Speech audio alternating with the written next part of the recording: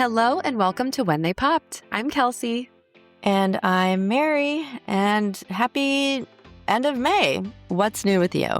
Well, Mary, I need to hear what's new with you because I've been sitting on, you just went to go see Pop2000. Yes. And we're going to save it for the pod. We're going to save it for the pod. I want to hear how your experience was. I feel like I'm seeing so much on social media of them like revamping the show. Yes. I heard that O-Town put girl in, like I have so many questions and I want you to just give me a whole rundown. Wait, was Girl not in it when we saw them? No. It wasn't? Oh, wow. I didn't even remember that. We must have been furious. Petitioned to have Girl in the set.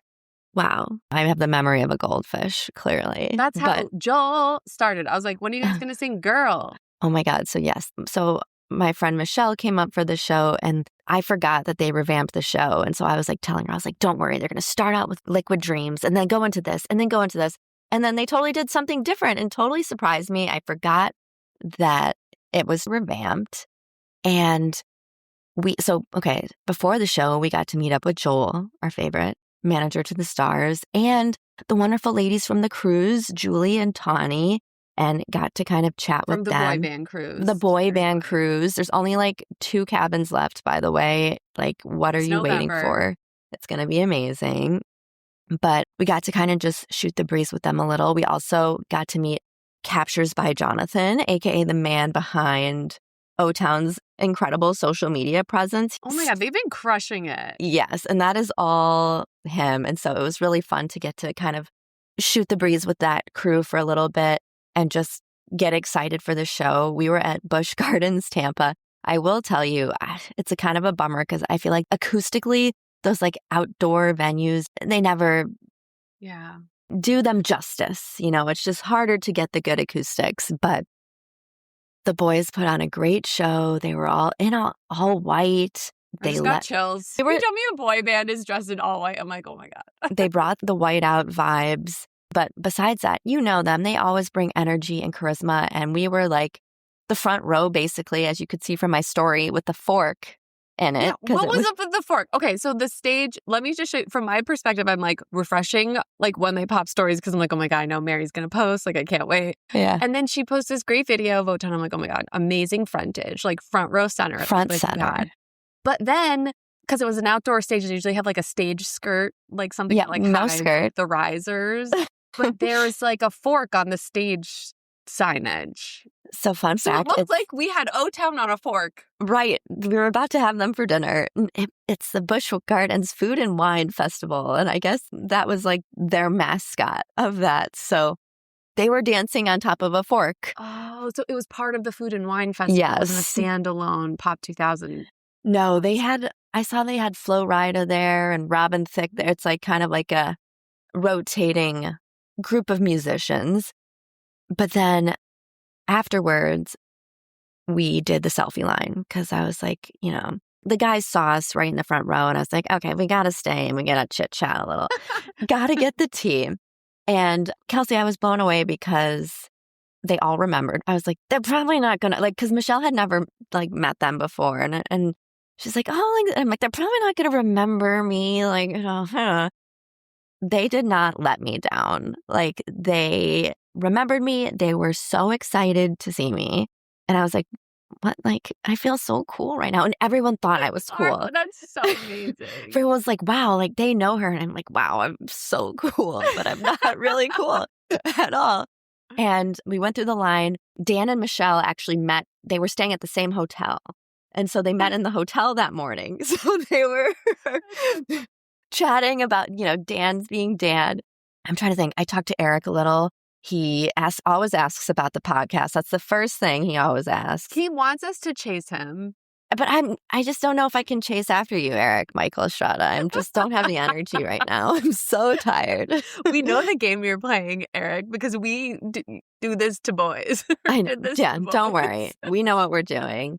And then, but I always say, how's the wedding planning? And then flip it right back on him really fast. It's like our like little 1, 2. We have a little rapport, okay?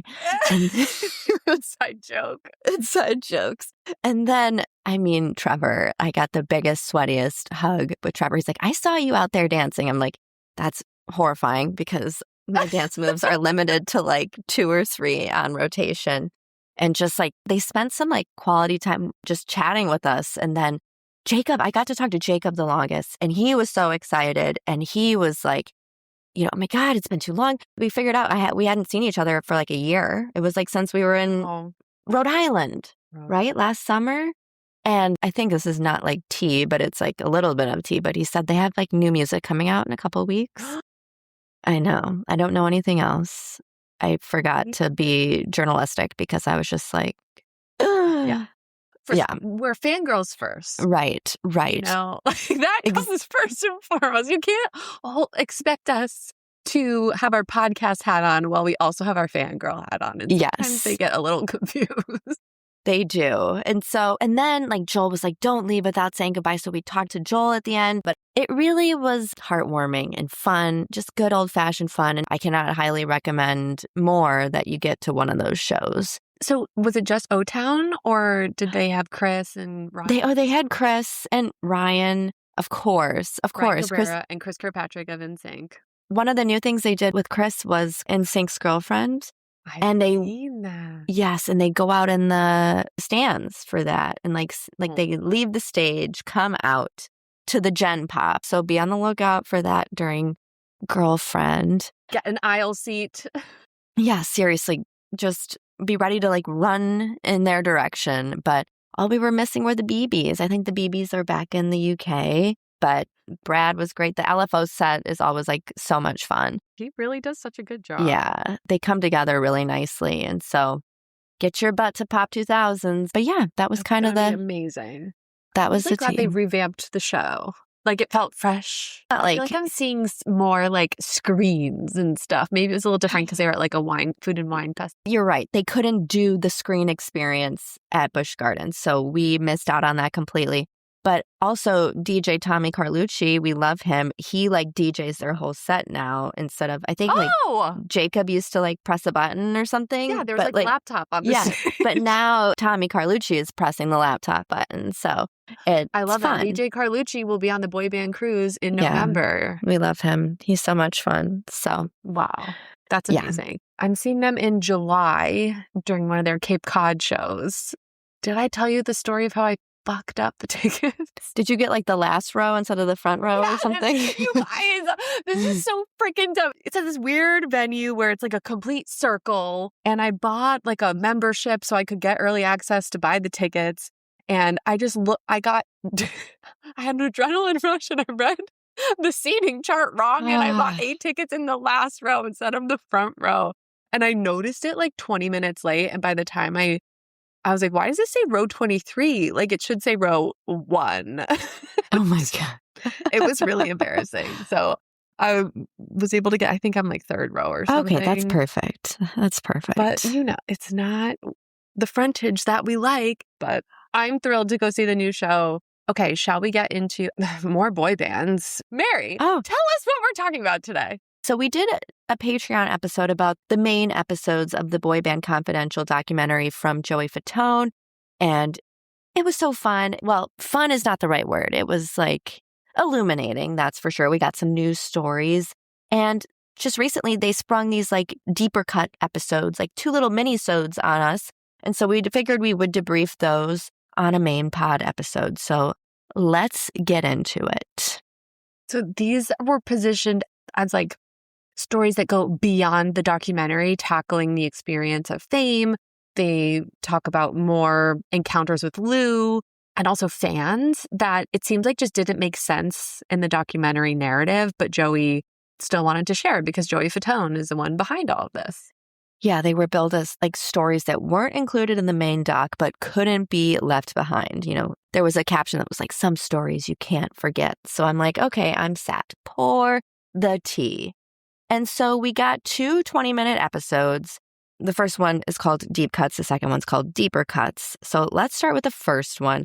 Do we want to talk generally about what we thought about these, or do we want to wait to the end? We can give an overview, a little sneak peek of our overarching commentary. Okay. Do you want to go first? It just seemed a little like, is surface level the right word? Like when I tell you I was sat like Mulan, pour the tea, I was ready to like get the tea. And it was just kind of like being on the road is grueling and tiring. And it's 18-hour days. Like a lot of the stories just seemed kind of non-substantive. What did you think?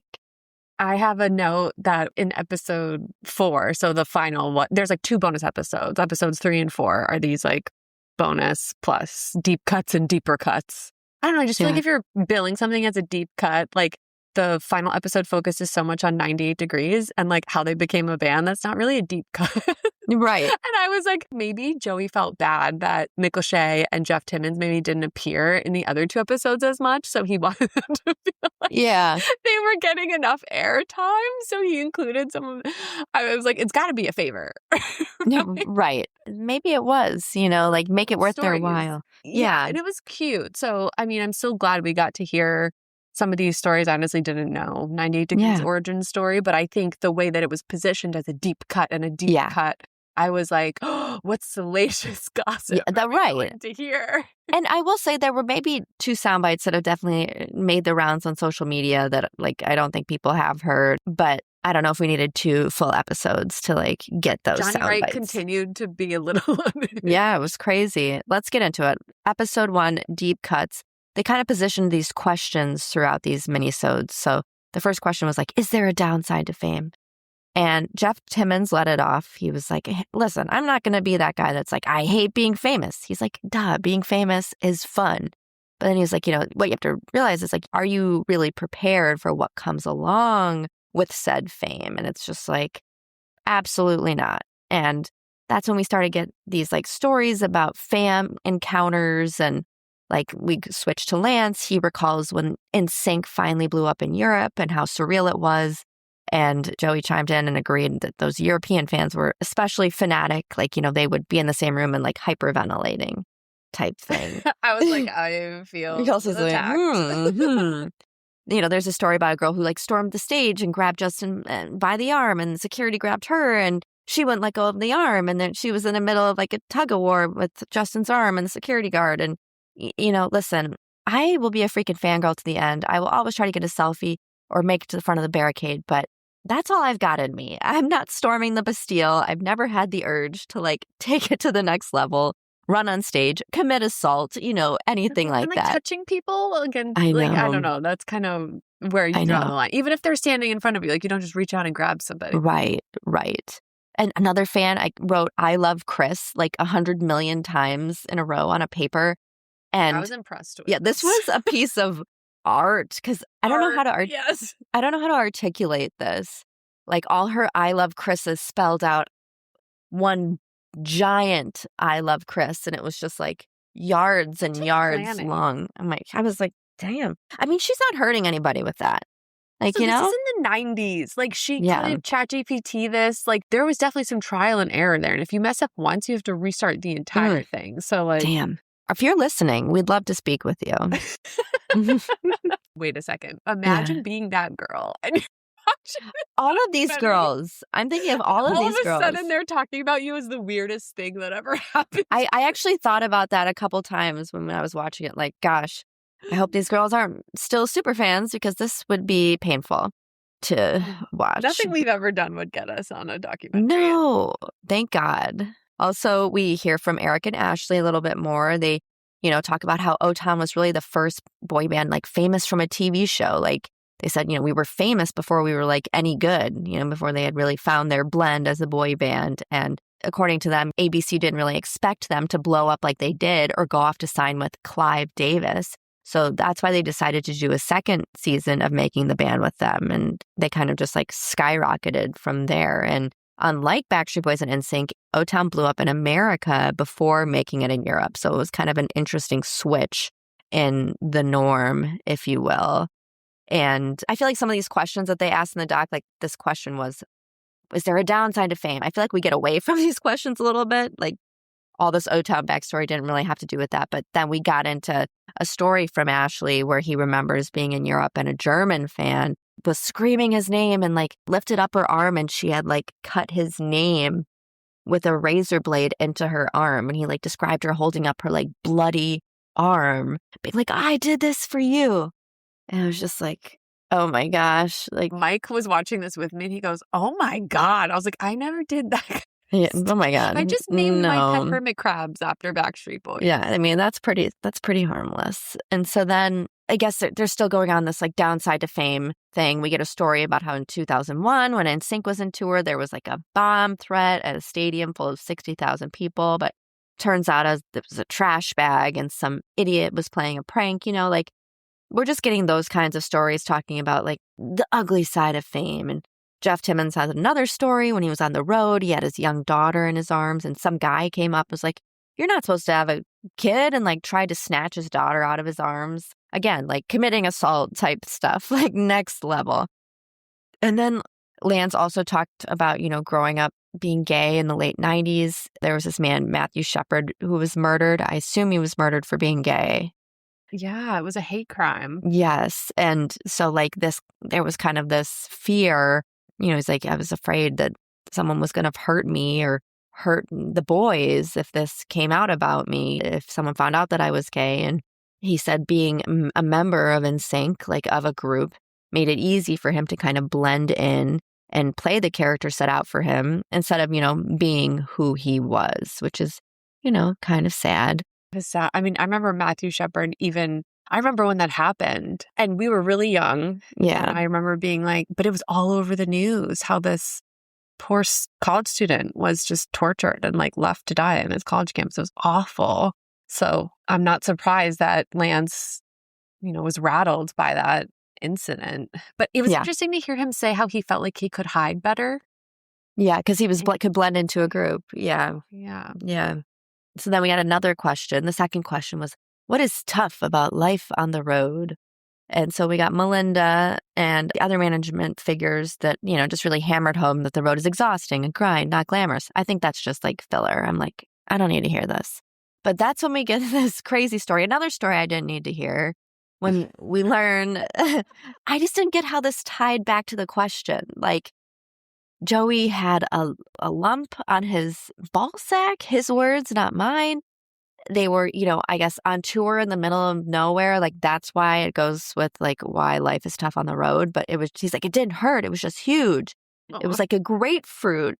And, like he went to a couple doctors, he got medicine. And it turns out our boy was all good, just a tad inflamed. But I'm just like, what does this have to do with anything? Honestly, I don't know. I think he was trying to show how they made them go on stage no matter what. That he had to perform regardless. And he had to like beg to get a doctor to look. Yeah. He had to pull down his pants. So but yeah, that seemed a little gratuitous. Yes. I'm like, all right. Maybe but perhaps there was another story that could have illustrated the same point. That was a little less graphic. Right. I mean, Lance told some stories about like how in the early days they were performing on stages that had like poles coming up through the middle of them, or like, oh, sorry, we only have 4 mics, like figure it out. Or like when they were doing like the small stage junket in the early days, they would get booed and kind of scoffed at, just viewed as these like stupid kids in a boy band. But he said, as soon as they started singing, the haters would be kind of forced to change their minds. And we got some cute national anthem footage of them during this, which I thought was really sweet. I will say, back to the Joey traumatizing story, the upside was hearing from the tour manager. Yes, I forget his name, but I loved him. He was a gem. And Mary and I were talking earlier, and we were like, was he in the other 2 episodes? I don't think so. We liked him. He was a gem, and we want to hear more stories from him. Let's get him on the pod. So then the third question we got, what was the moment that almost ended it all? Oh, these are 2 pretty crazy stories I thought we got from this. First, we got Eric Michael. He recalls O-Town, being in Orlando in the early days and being like literal princes of Orlando, like treated like gods everywhere they went. And Eric he admits, he didn't make the best choices in the beginning. He prioritized all the wrong things. He was going out, he was drinking, and that just started to show on him physically and just as a person that he was becoming. And Lou was just pissed at him for not kind of being more focused on the goal. And he then tells a never before heard story. He's like, I've never told this story before. And we're all like, sat, pour the tea. And we learned that Eric bought a red BMW and he actually ended up getting arrested. he was driving from Orlando to go visit his mom on Mother's Day. And apparently he gets pulled over and, he doesn't really have an exchange with the officer. He's just like pulled out of his car and cuffed immediately. He got sent to jail and he called someone from management and they got him out of jail. But like they decided not to tell Lou. I think it was Rich Cronin's older brother because he said Mike Cronin. Oh, did he? I didn't remember. So Rich Cronin of LFO, his brother worked with Lou. I think he worked. Yeah, you're right. So and I think they decided together not to tell the rest of the guys or to especially tell Lou. So he definitely kind of helped cover for him. But like he was getting like citations in the mail and like notices of court dates and stuff. And so like eventually Lou found out and he was livid. But Lou basically just like made it go away. He took care of it and it was over. So that was a never before shared story. Another one. This one was crazy. So Joey shared a story. A fan showed up at his parents' house. He was on tour. He wasn't there. And this woman showed up and tried to say like Joey was the father of her child. She's like, this is your grandbaby. And I'm just thinking of Justin Bieber and Maria. Like, do you know that whole drama? No. Like some woman claimed that Justin Bieber was like the father of her baby and he wrote this song, Maria. And it's like, that ain't my baby. And it's like a clapback. And it turns out it wasn't his baby. Isn't there a Michael Jackson song about that? Billie Jean? Billie Jean. Yeah. My love. Yes. But basically, so his mom's like calling him crying. She's like, there's a woman here. She says it's your baby. You had a wild night and this is, the result. And so he gets home from tour and gets slapped with a paternity lawsuit. And then he gets in the mail a birth certificate with his name on it, with the woman's name and the baby's name. But Joey's smart and he's looking at this birth certificate and he's like, wait, there's like whiteout on this. And my name's in a totally different font than everybody else's name.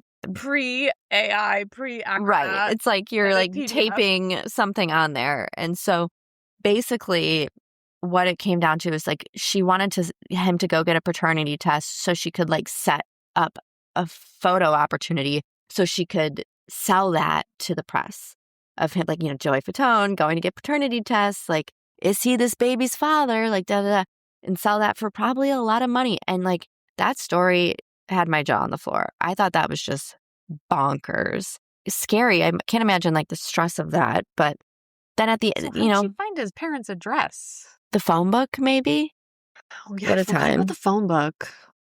That was a wild time. Everyone just had a giant yellow pages. Yeah. Or white pages.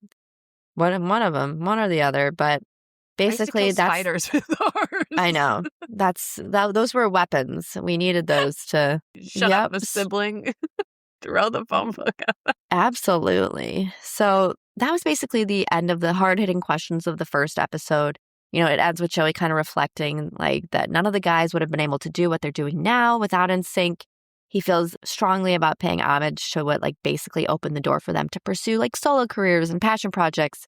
He's like very proud of his NSYNC time and, displays his certificates and awards and trophies from that era like very proudly. And I love someone that looks back on that era fondly and, being a boy band opened up a ton of doors for them. And I love that he acknowledges and recognizes that. Yes, it was very sincere. And I think he's such a jokester, as we saw in this episode, especially. It was really, I think, kind of special to see that more serious side of him. Because I feel like I don't see that often. He's always like joking around.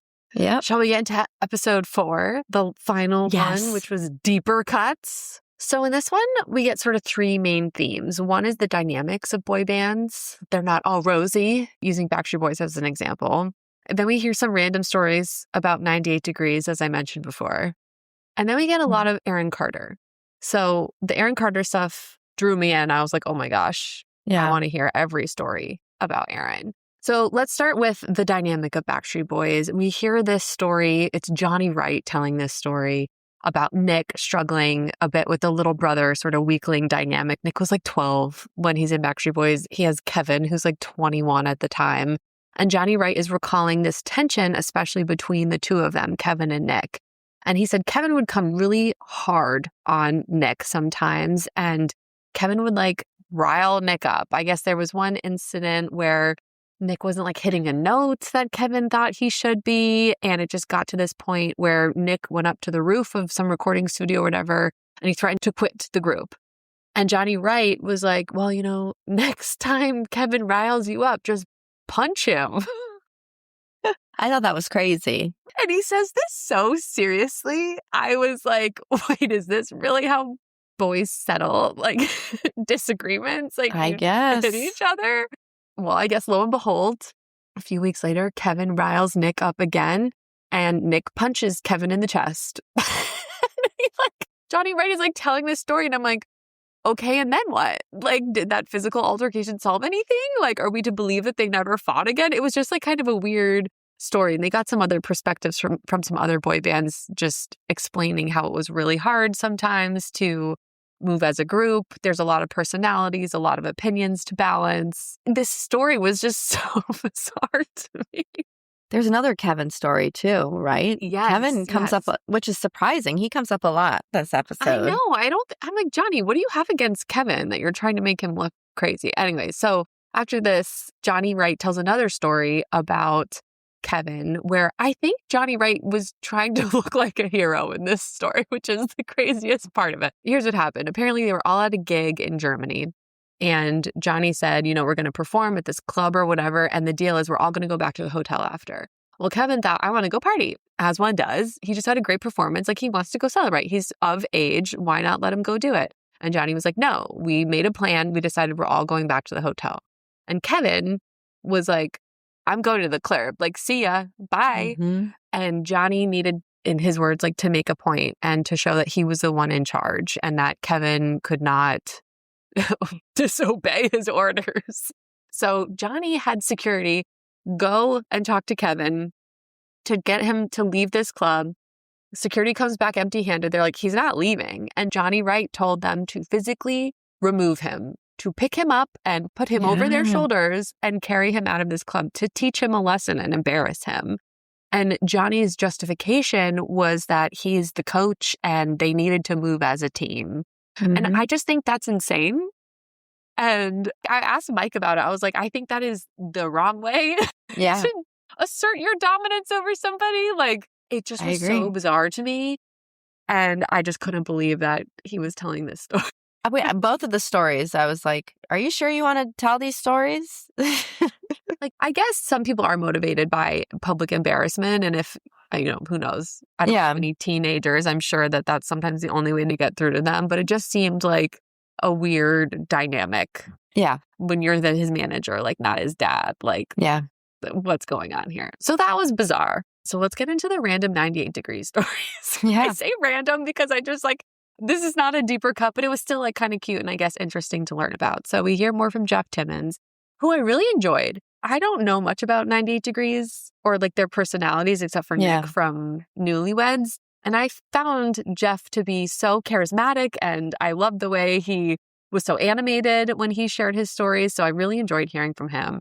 So he talks about growing up in this super football fanatic town and hearing Boys to Men just changed his life. He heard them on the radio and he was like, I need to become a singer. And we heard about how he enlisted Nick to the group and Drew Lachey after his original group members who he lured to perform with him ditched him because they were getting teased and got homesick for Ohio after going to LA. It's like, suck it up, boys. Come on. You can do it. I know. So poor Jeff is frantically calling people. He gets on a phone call with Nick and Nick's like, sounds good. And they start 98 Degrees. They have an amazing blend. And their first gig came about in a really unique way. But it just shows the dedication and the drive that they all had.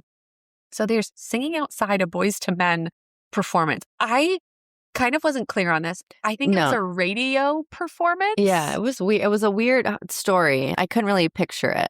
There were a lot of characters in this story, but we know two things. Boys to Men is playing. They want to get backstage. They can't get them. There's like a fence involved. And somehow a radio DJ hears them singing outside where they're basically like busking outside the venue where Boys to Men is performing.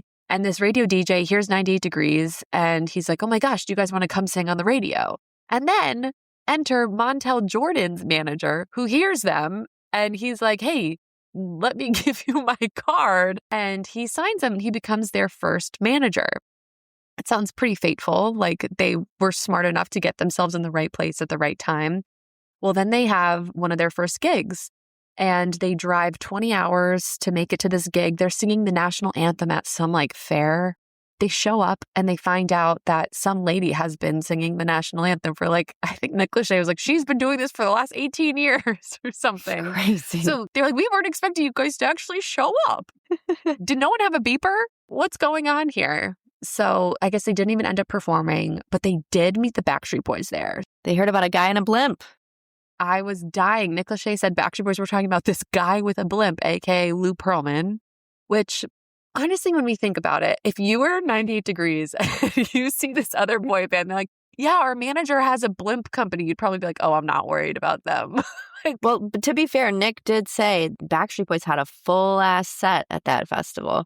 But like, wow, a man with a blimp made this all happen. Yeah. So maybe in hindsight, we would have been like, that should have been a red flag for us. But maybe. Just so interesting. So I thought that was cute. Again, I feel like my theory is maybe Joey felt bad that 98 Degrees didn't get enough airtime in the first 2 episodes, so that they wanted to sneak these in. Maybe it was for a little bit of levity because I feel like this final episode was pretty heavy, talking about fighting and disagreements and everything. So maybe it was meant to break up sadder topics. Yes, I completely agree. Okay, so the final theme of the Boy Band Confidential was Aaron Carter. And Johnny Wright recalls Aaron being really young at the beginning of Backstreet Boys' career. He was with Aaron Jane, who is Nick and Aaron's mother. And I guess Aaron was really sad that he would be spending the summer away from Nick. And Johnny recalled asking Jane, Nick and Aaron's mom, if Aaron can sing. His thought was, maybe if I can get Aaron on stage, maybe he opens for Backstreet Boys for the summer. That way, Nick and Aaron can stay together for the summer. And he claims he approached this literally just to keep the two brothers together. He didn't see any dollar signs whatsoever. He was just trying to be charitable and keep the two brothers together. So after 2 nights of opening for Backstreet Boys, Aaron had 4 record deals, which is bananas. I mean, he had so much promise. I ate up his first album. That's not Oh Aaron, is it? Aaron, oh Aaron. Is that his Let me look second? it up, because I have Aaron's Party. I thought that was his second. No, Aaron's Party is the second studio album. I'm shocked. Yeah, I think it's just Aaron Carter. Let me see the track His listing. debut is just Aaron Carter when he's in the Little Girls. Yeah. And he's doing the jump. Oh my God, he's such a cute little kid. Oh, Surfing USA. Oh my God. So then Aaron's Party was his second album. So Johnny is sharing what his role in Aaron's career was, because he really does not want any blame for anything that happened to Aaron later in his life. Johnny was with him as his manager until the second album. So Johnny was there for album number 1. And then when the second album happened, he said Aaron's parents took over his career. So the Carters were like, thanks for everything you've done. We're going to take it from here. And he says after that, he really didn't have any involvement in Aaron's career whatsoever. And then we get a lot of interviews with AJ talking about Aaron's addiction, how he had tried to help him. There was some interesting, sad stuff that he revealed about Aaron, saying that AJ wasn't just trying to look like a hero by putting him in rehab. I had never heard any of those claims or anything, but I guess AJ wanted to kind of clear the air on that. And it was hurtful for him to hear those things. And then he remembers hearing of Aaron's passing. Before Nick. Yeah. And they showed footage of that performance. So they were in London when Aaron passed away. The Backstreet Boys were in London and they had a performance the next night. And AJ shared what it was like that evening, being in London the night before this show, the night that Aaron died. They talked in a bar for hours and hours, just like in this hotel where they were. And then the next day, Nick went on stage and they show the footage of Nick crying the day after Aaron died. And it just gets me every time. I was sobbing on my couch watching, Nick's face crumple. I hate that clip. I hate it. It's really sad. And I just thought it was so sad that he performed the day after this happened. Like, I understand why he felt that responsibility. He didn't want to let the fans down or the rest of the group down. But gut-wrenching to watch. So Johnny again says that he takes, some responsibility for putting a 10-year-old kid in the position of joining show business, but that he was really coming from a place of trying to keep Aaron and Nick together. And he gets emotional during this. It's clear everyone really loved and cared for Aaron. So it was a really emotional segment. Yeah. And AJ praises Nick for overcoming all the challenges. They showed some footage of House of Carters and some throwback Backstreet Boys footage from like the late 2010s. And it ends with AJ really just praising Nick. And yeah, I cried. It was sad. That episode was just a lot about the Carters and the Backstreet Boys. It was interesting.